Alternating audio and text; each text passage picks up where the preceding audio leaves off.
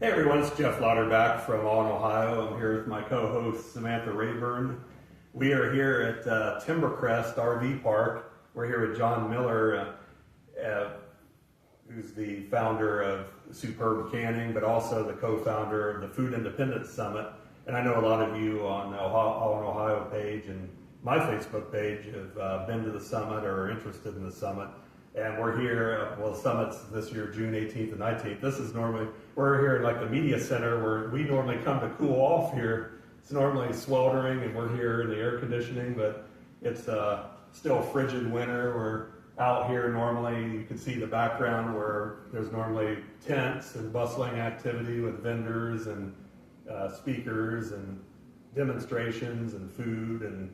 But this year, it's not too early to start planning, so I know this will be Samantha's first Food Independence Summit, and probably a lot of people will be the first summit because we have some great speakers coming in.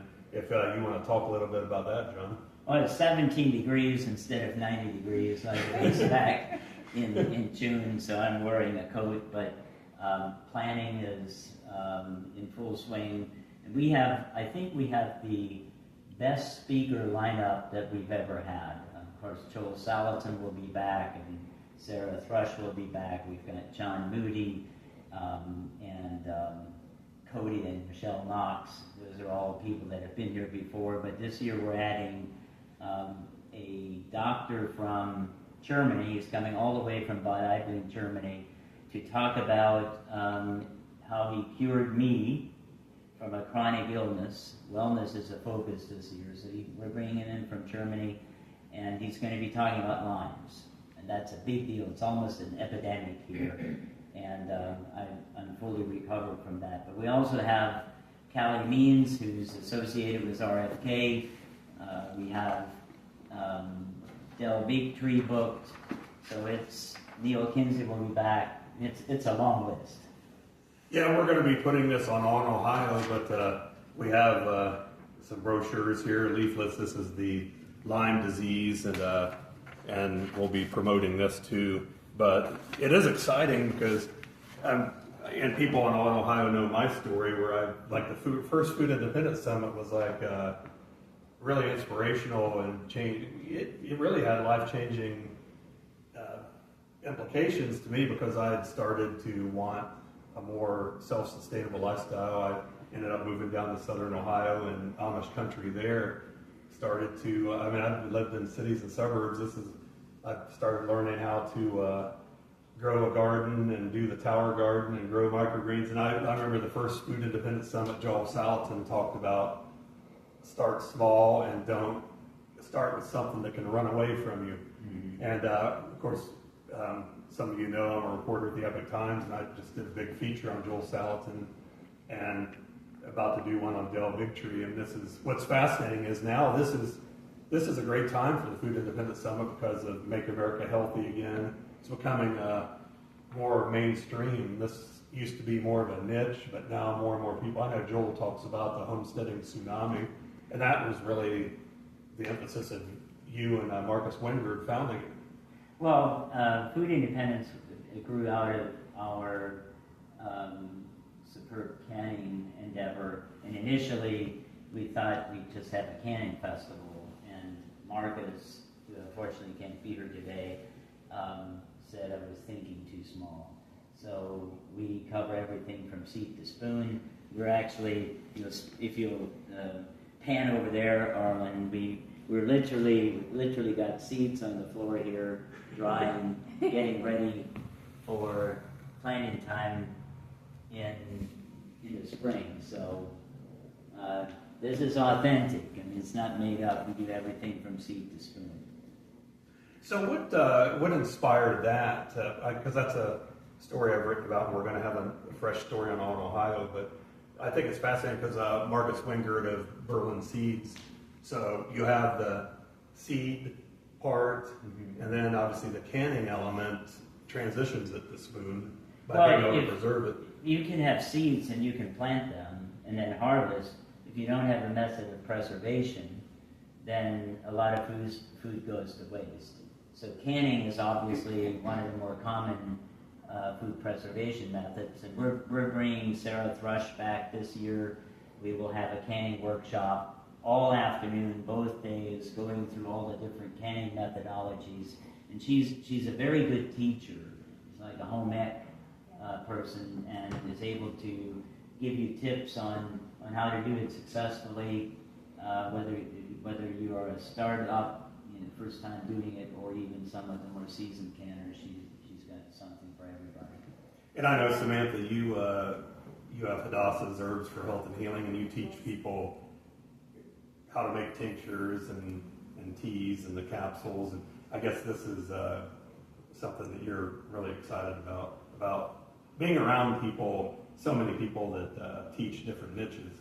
Yeah, one thing I've definitely run into over the years is that I'm one of the only people who does the things that I do with herbs, with canning and things of that nature.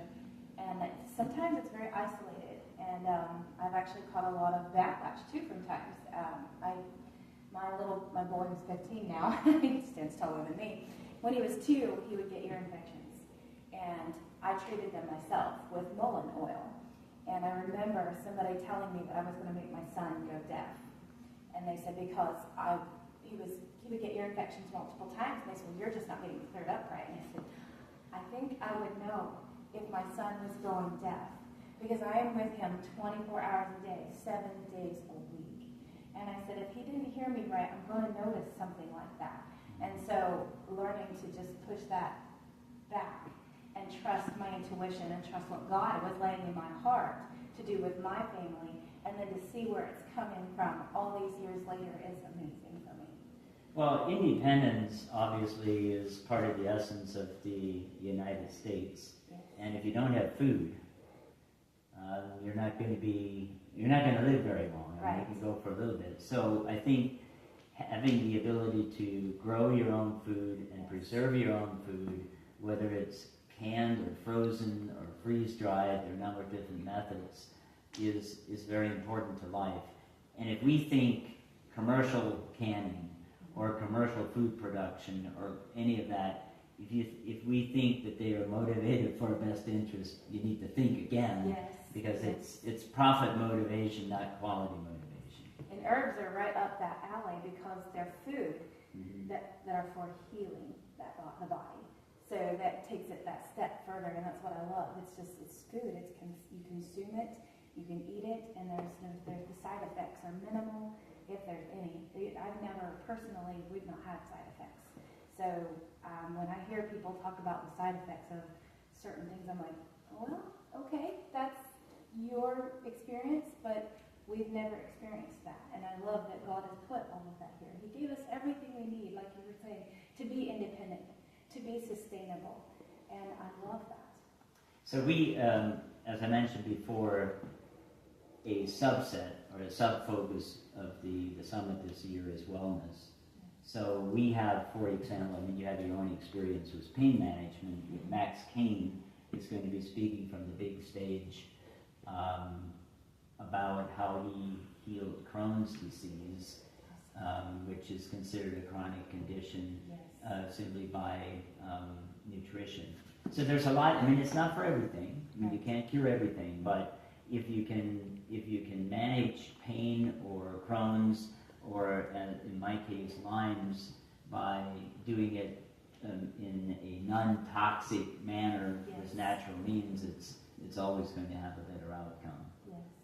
And so we talked a little bit about speakers. I'd like to transition over to Arlen, and he can talk about all the workshops. So I would just summarize it this way. You can come both days and be fully engaged, and you're not going to be able to go to everything that we've got to offer. And this year we also have an evening session. So Joel Salatin, Callie Means, and Dr. Dowles from Germany are going to be speaking in the evening. So if you're not able to get off work, you can just come out for the evening, and the exhibits are going to be open as well, and take that in.